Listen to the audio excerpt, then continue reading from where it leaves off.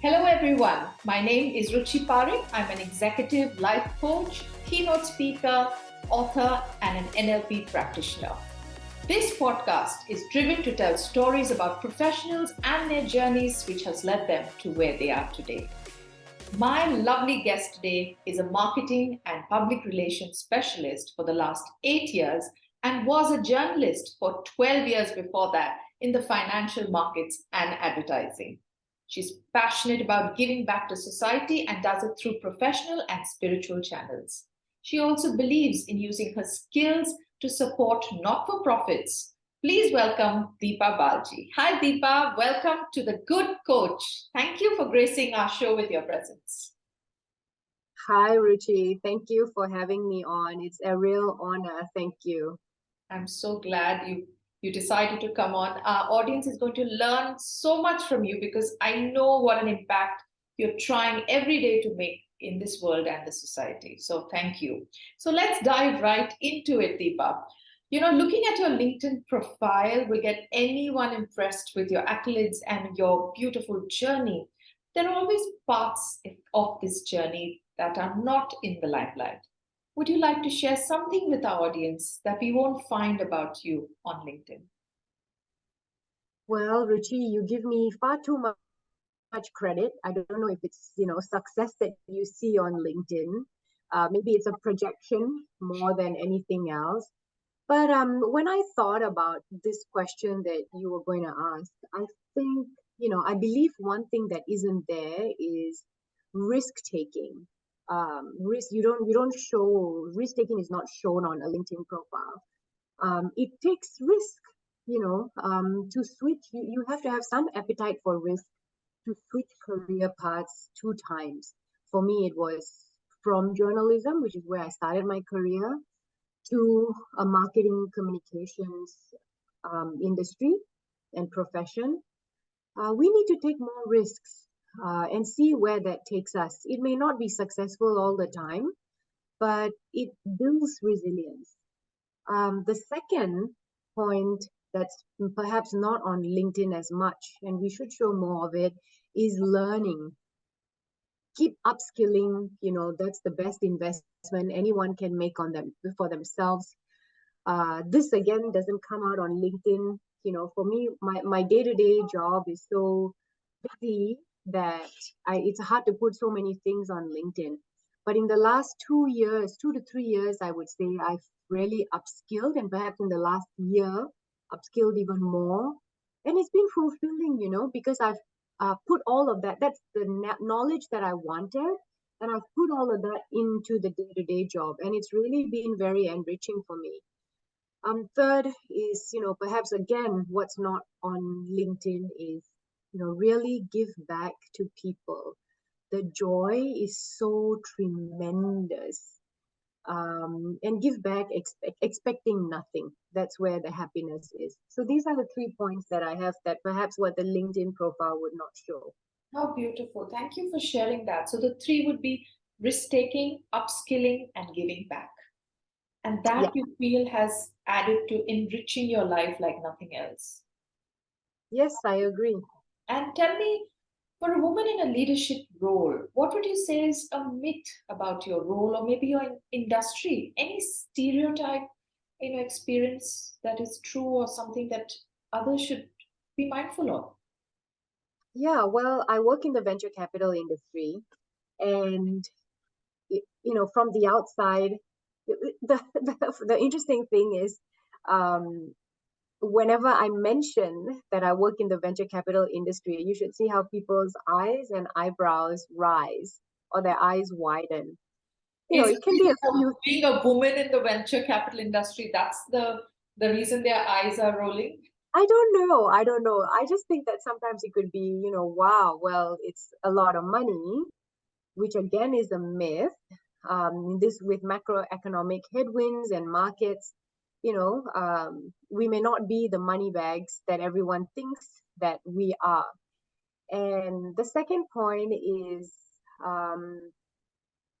around, that venture capital, the folks in venture capital are all, how do you say, cutthroat, and all about maybe themselves or money. But this is the first time I've been at a venture capital firm, and people are so nice. Every single person in the company and across geographies are very, very nice individuals, very down to earth, very nice. It's hard, I mean, I've worked at so many different companies before, but this is the first one where I can say every person you meet in the company is very, very nice, very polite, very humble. What So a whatever, refreshing change. And it's so nice to hear that this world is nice. It's not all bad like it's made out to be. yes, exactly. And it's quite rare. And even for me, from the outside coming into this industry, I think it's a privilege to see such nice people with such high stature, status, and position, to be so humble and very, very nice and approachable. And that may be the reason why someone they don't come across venture capital folks that often, and then they see you so differently, like you're a real human. And perhaps one myth about the role in marketing is that we don't do anything, we write releases, or we have lots of money, companies money to spend. All of that is not true. Sure. I'm sure there's no windfall that's given to you and said, go use it as you please.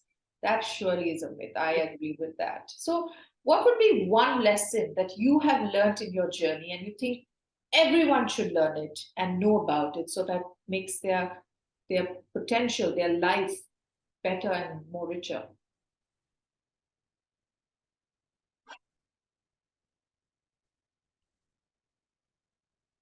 Yeah, well, I'd say, set personal and professional boundaries.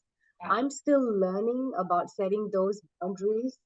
Be really true to who you are and what you want in work and outside of work.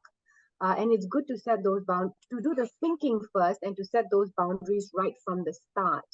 This is quite a painful exercise, but very worth the time investment because we truly stay in alignment to what we want professionally and personally.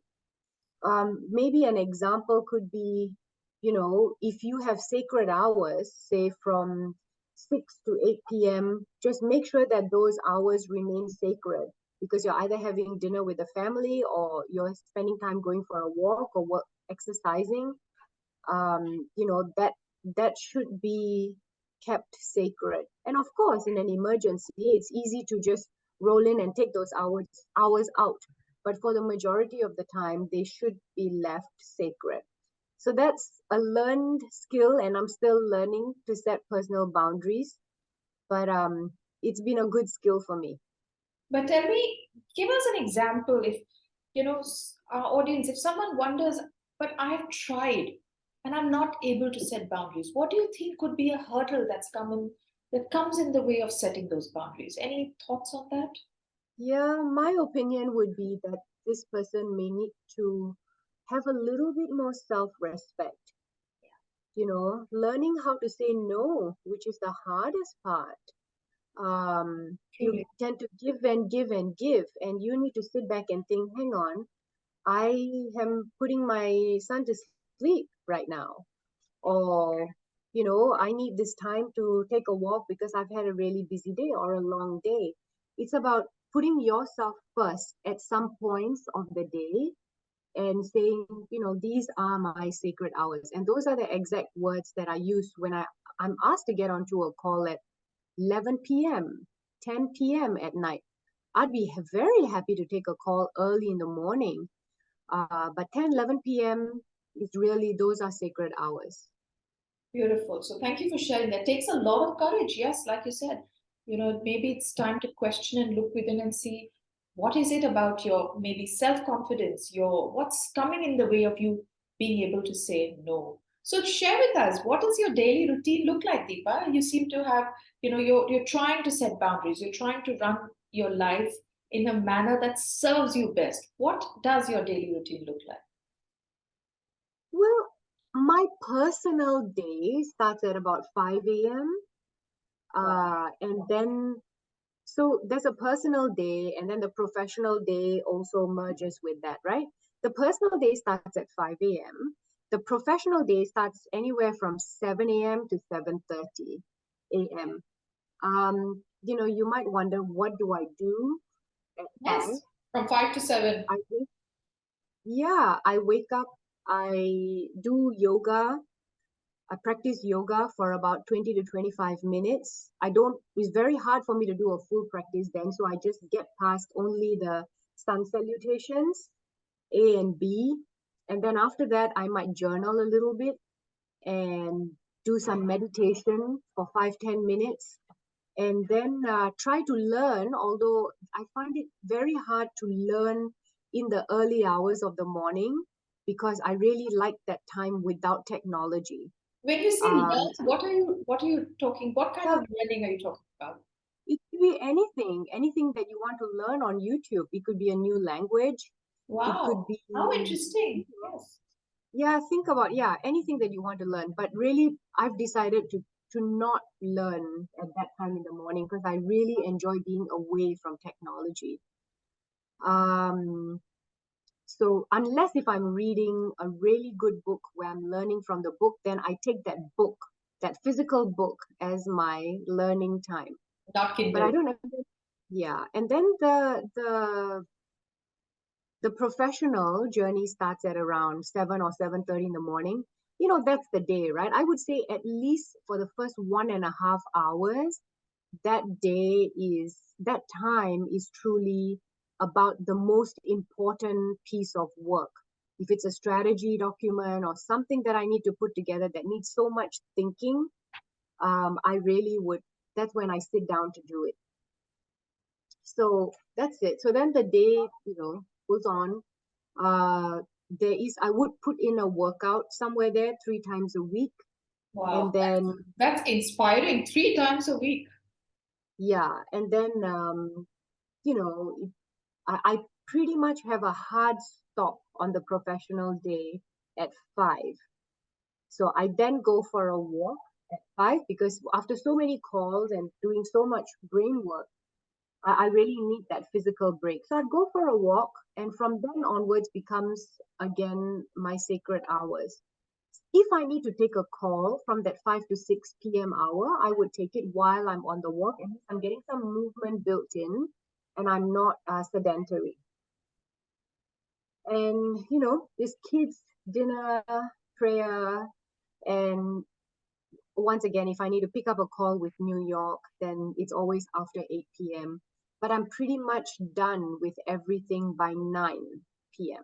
That's a long day. That's a very long day.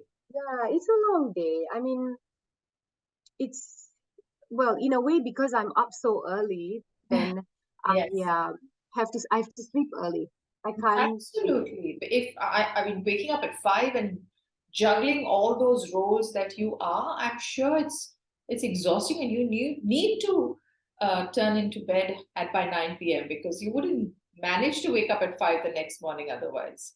And Yes, being exactly. a And working, sorry, in go the on. weekends, in the weekends, I don't wake up early. That's good to hear. You have that balance or whatever semblance of balance we try to achieve, all of us. But being a working mom has with it so many things going. Tell me something. Do you yet get comments and unsolicited advice and suggestions from people in your life? Or has there been an evolution of how working women are treated? I'd love to hear your experience. Yeah, in the past I have had questions, how would you take on this role if you have two small children at home? Can you do the job? I'd always like to remind them at that point in time my kids were older, um, and going to school stage, right? And it's it's there is still a bias around They women and working moms. And sometimes I've just had to say, well, if men can bring their A game to work, why can't I? Why can't women bring their A game to work? And I always bring my A game to work, and that's why we're talking right now. absolutely, Uh, because of where you are through the years. Tell me, were you working when your children were born? Were you working through that whole time? And Yeah, I haven't taken a break at all. Although the thought has crossed my mind so many times over the years to take a break or go part-time. Even last week, I was toying with the idea of going part-time because my kids are all now in their exam years. yes. And, there's a lot of things the schools don't teach. Time management, energy management, how do you map out your exam paper and all of that. I'm just like, my goodness. There's so much to do. Yes, and a lot of it comes from home, right? Yes. How do you teach them to set their timetables and their break times and what's the exam strategy? So, yes, even last week I was toying with going part-time, but then this week came and it seems that I can manage it all. I'm sure you can manage it all, Deepa. You have so beautifully. But that doesn't take away from the fact that if the time comes when you need to, you must. Because I think you're someone who listens to your mind and your body. And I'm sure when that time finally comes for you to either go part-time or take a break, it will be the time you will need to do what you have to do for continuing living this enriched beautiful life. So tell me, if you could go back and give your teenage self one piece of advice, what would it be? Yeah, this is a question, it's quite a tough question. I'm going to say start with the end in mind, That's right? interesting. Yeah, if you have a dream to be an engineer or an entrepreneur or a teacher or do community service, start with that. Like that's where you want to end up. And how do I work towards that goal? Um, and even if you just want to be a parent, start with that and see how you can work towards that. um, some of us we get into onto paths quite accidentally, and the accidents are quite beautiful. And when you get there, it's time to assess whether that's really the right place for you, and then decide how you want to go from there. You know, and looking back to my 18-year-old self, then I would say, find the right partner in life. There's so many articles about it with Sheryl Sandberg and everyone else. And even I read Indra Nui's autobiography in January this year. And she had so much support from her husband. And her husband, high flyer himself, he was a McKinsey partner at some point during their married life. And she was a CEO of um Pepsi. she was, yes, exactly. She was a CEO. So she always mentioned how much of a support her husband was to her, and that really finding that partner is so important. I think I got really lucky with my husband, who's truly a big support in my career, so that's helped me a lot as well. And maybe the third point there is, start the spiritual journey if you are inclined this way early, because over the years it builds a lot of momentum, and the energy has its own kind of momentum as the years go on. So that's what I would tell my 18-year-old self. How beautiful. Thank you. And I must add on, having a supportive partner, and if not a partner, just surrounding yourself with supportive people gives you that push, that edge, when you feel lost, or gives you that edge when you want to make your life bigger and better. When you have that, it could just be the support of a friend egging you on, saying, that in those moments when you're questioning yourself and self doubt hits, it hits all of us. Even those of us who are high in confidence, we all go through the imposter syndrome at some point. So, having supportive people in our environment, I think that is so, so important and beautifully said. So tell me, Deepa, what do you think is the role of confidence in your life? And how does one pull that out when someone feels that they lack it or don't have it? Wow. This is a really, really difficult question. So it's interesting that you asked this question because everyone says that I come across as confident, but I don't believe it, or I didn't believe it. It's a really, confidence is really a learned skill for me, and I practice it every day. In fact, confidence is, the reason how we met, Yes. how I started to get coaching from you. Um, And how you've do come you? such a beautiful long way. I mean, the girl I met all those years ago and today, truly, truly inspiring. And it's your hard work, Deepa. So, so dedicated. You decided, you saw a gap and you decided you needed to fill that gap and you filled it. So I'm not surprised when people say that you come across as confident because you have learned the skill. And may I just add here, many people believe, I think it's a myth that you have to be born confident. I strongly disagree. Nobody is born confident. It is something that you can learn. It is a skill you can acquire with hard work, with that effort, you can manage it. So please carry on. Thank you. Your question around, how do people pull it out, pull confidence out, maybe when they're not feeling confident. The first point there are 2 points, right? One is of looking and observing the self-limiting beliefs that we all face. And the second way to pull it out is to just keep writing affirmations or saying affirmations in front of the mirror. Now, self-limiting beliefs is it's even with me on a daily basis. But learning how to spot self-limiting beliefs, and when your brain gives you that self-limiting belief, to just tell yourself, hey, just stop for a minute. That's not right.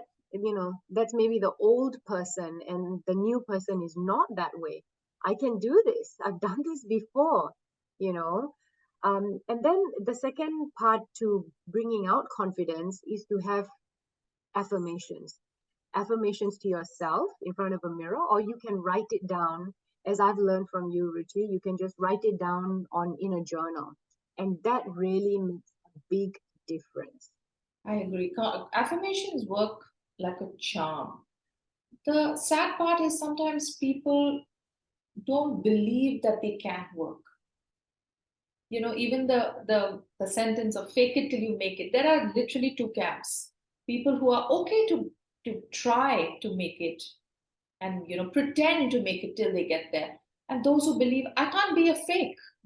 So for that camp, it's very difficult for them to try something like affirmations, because what are affirmations?